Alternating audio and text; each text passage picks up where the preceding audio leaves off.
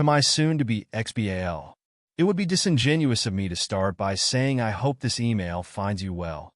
I've debated on the notion of reaching out to you many times throughout this process. In month this started, when this ordeal kicked off, I wanted to reach out, originally in a supportive nature. I had hoped to touch base and ensure you knew that even if you and sister's name were moving forward on separate paths, that I still thought of you as a brotherly figure, or the closest I've come to having one, and I was willing to be a soundboard if ever called upon. This is not to say that I disagreed with the decision sister's name made. However, I knew this would come as a challenging time, and quite frankly, I myself was initially surprised at this decision. Currently speaking, I'm astounded you were able to convince her to marry you in the first place. As time has progressed, I've toyed with the idea of contacting you, particularly following every increasingly distressed phone call I received. Now, realistically, are you going to care about the things I feel the need to say in this email?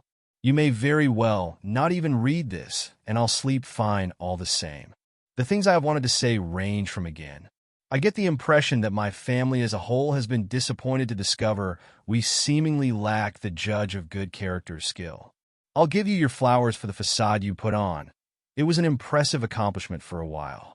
Do I think you truly love my sister at some point? Probably, or at least I hope you did. Your actions during this time don't exactly scream, I was a loving husband. I do think at some point you must have enjoyed your relationship on some level, because the behavior you've displayed originates from a place of profound pain. It's extremely transparent you feel that you are the wrong party by the venom in your words, the spiteful nature of your actions, and the unmitigated gall you possess in making a quest out of pillaging every area of my sister's life. During talks with my sister, I learned that you were moody, immature at times, took issue with her extroverted nature, displayed an inability to provide a compliment, yet never restrained from doling out harsh criticisms. Your ability to compromise was non-existent, and you remained deceitful regarding your sobriety amongst a considerable list of other things.